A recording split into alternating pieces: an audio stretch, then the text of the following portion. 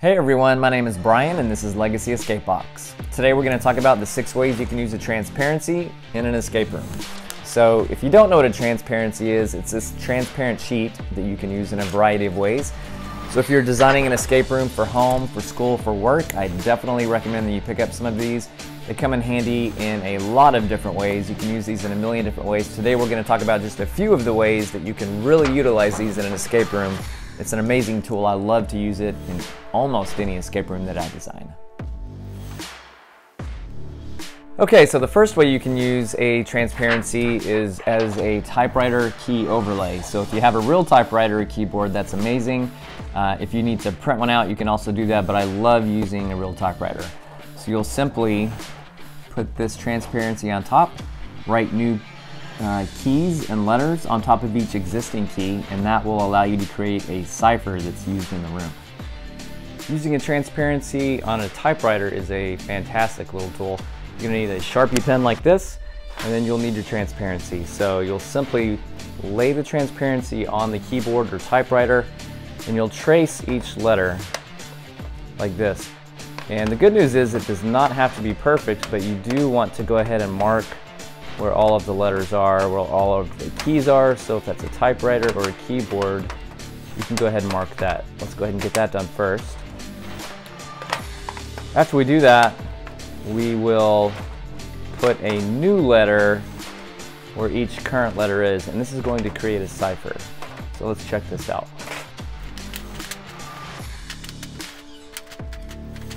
After we complete that, you'll be able to see that we've created this key overlay on this transparency.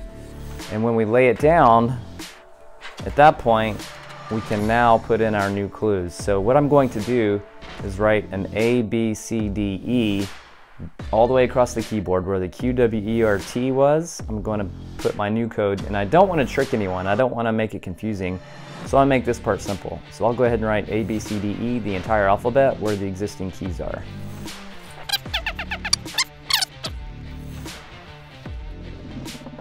Okay, so once I've written all of my letters, A, B, C, D, E, all the way through Z, where the current letters were, then that would pair with a message that they would find in a room.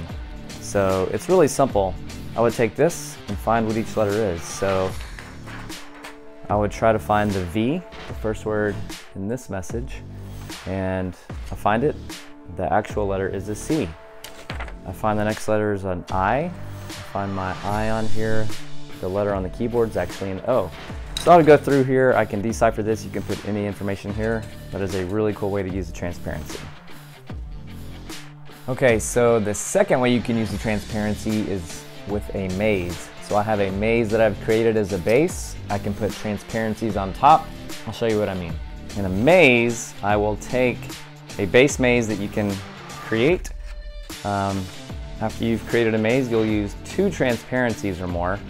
I mean, you can use 1, you can use 2. I enjoy using 2, and I code it with an in arrow that corresponds here, as well as an out arrow that corresponds here, so that when all the pieces are found, you can put these in different boxes, that there's only one possible way to do the solution. So when they do it, they are picking up symbols along the path. When they pick up those symbols, each symbol can correspond to a number or letter or whatever information you want to give. And it's a really cool tool to make a simple transparency over a maze. The third way to use transparencies in an escape room is to actually put 3 or more transparencies on top of each other layered. So I'll show you what I mean. Here we will use the transparency layered. So what that means is I'm going to go ahead and measure so that I can cut this all the way down. I'm going to do a 2-inch measure, and this is just approximate, nothing has to be perfect. Let's go ahead and get this just about right. I'm going to cut on this portion. I'm also going to cut just about 3 inches. Yeah, we'll just say 3 inches or so. 3 inches here, another 3 inches, and another 3 inches. So that'll give us some good markings to cut on. Let's go ahead and cut that sheet out. 2 inches here, 3 inches in each section here.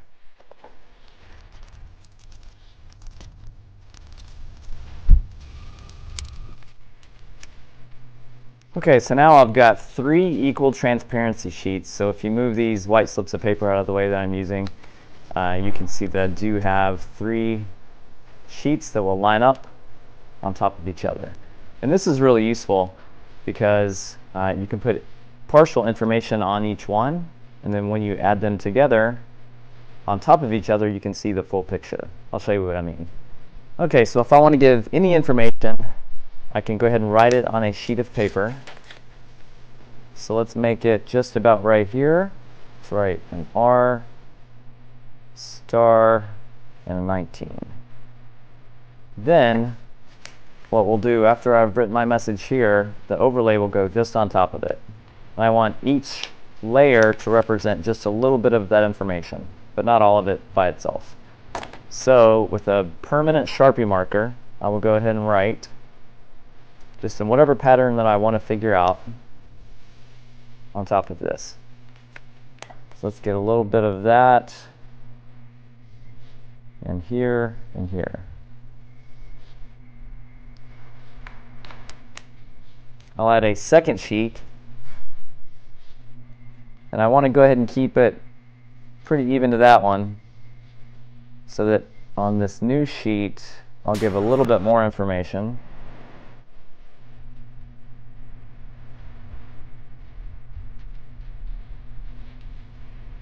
Let that dry for a second. On the final sheet, on the final layer, I'll go ahead and give the rest of the information. And so now you can see the only way to get the full picture, R star 19 or whatever information I want to give, is to put all of these together. So in the room, I might have these together in a box as the trophy to open a box. They'll be sitting here. The participants have to put them together, and that's how you would use that transparency, putting those layers together to reveal some information. The fourth way to use the transparency in an escape room is to cover it up with redacted information. So if I have a normal message here, it seems normal until I put a transparency on top of it to cover up some of the information, to reveal the information that we want revealed. Okay, so with the redacted look, you actually have a seemingly innocuous message, just a normal message about whatever. One way to do it is to put a cutout piece of paper on top of it to reveal a message. Find diamonds, then leave. Another way to do it is to use a transparency to do the exact same thing, but black out the information that you don't want. So use a Sharpie, and you can simply go over any information that you don't want.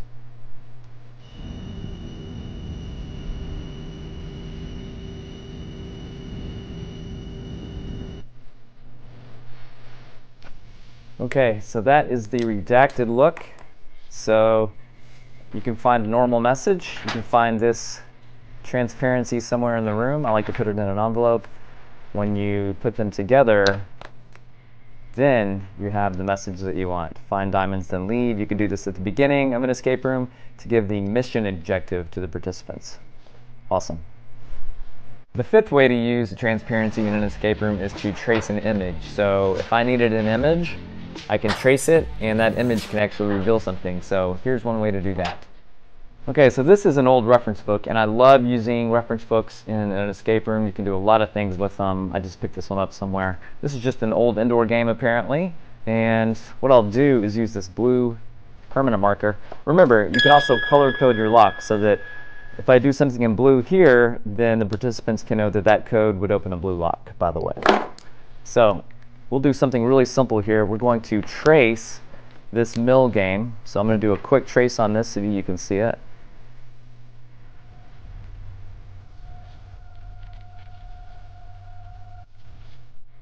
Okay, so now that I've got it traced, I will go ahead and put a code here. For this code, I'm simply going to put the order of the numbers that I want them to open that lock with. So I might put a 1 here near a 3, a 2, come down here for a 3, and 4th, we'll go ahead and put on the 4.